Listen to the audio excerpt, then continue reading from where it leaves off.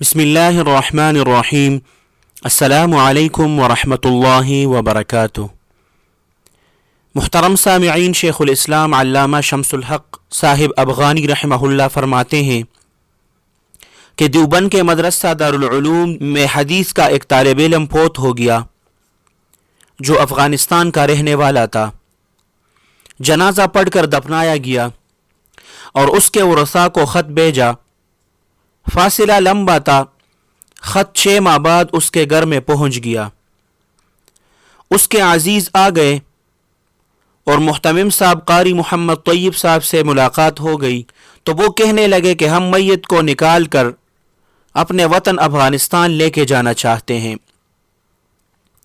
محتمم صاحب قاری محمد طیب صاحب نے بہت سمجھایا مگر وہ بضد تھے، بات نہیں مان رہے تھے۔ تو محتمم صاحب حضرت قاری محمد طیب صاحب نے ان کو میرے پاس بھیجا۔ میں نے بھی انہیں بہت سمجھایا۔ وہ کہنے لگے یا تو ہم میت لے کے جائیں گے یا ہمارا سارا خاندان یہاں منتقل ہو جائے گا، اس کے علاوہ اور کوئی صورت نہیں ہے۔ میں نے کہا جاؤ خدا کے بندو، تم تو اللہ سبحانہ و تعالی کا راز ظاہر کرو گے۔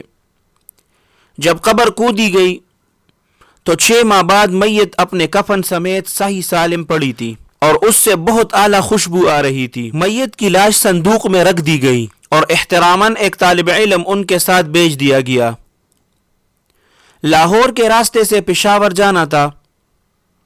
پشاور کے ریلوے اسٹیشن پر ایکسائز اور پولیس والوں نے کہا کہ اس صندوق میں میت نہیں ہے بلکہ اس میں مشک ہے جو سمگل ہو رہی ہے۔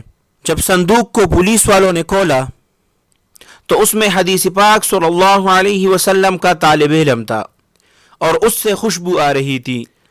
شیخ الاسلام علامہ شمس الحق افغانی صاحب فرماتے ہیں کہ یہ حال تو حدیث کے طالب علم کا تھا۔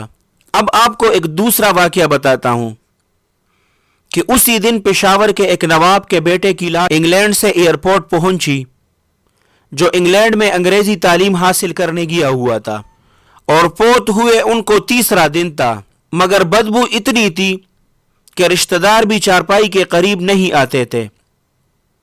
نوبت یہاں تک پہنچی کہ لوگوں کو اجرت دے کر چارپائی لے جائی گئی تاکہ اس کو دفنایا جائے۔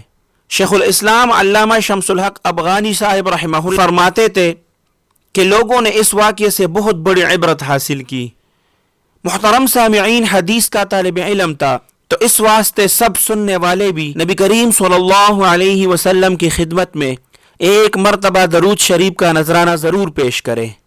اللہ سبحانہ و تعالی آپ سب کو اپنے حفظ اور امان میں رکھیں، اپنے خصوصی دعاؤں میں یاد رکھیں۔ السلام علیکم ورحمۃ اللہ وبرکاتہ۔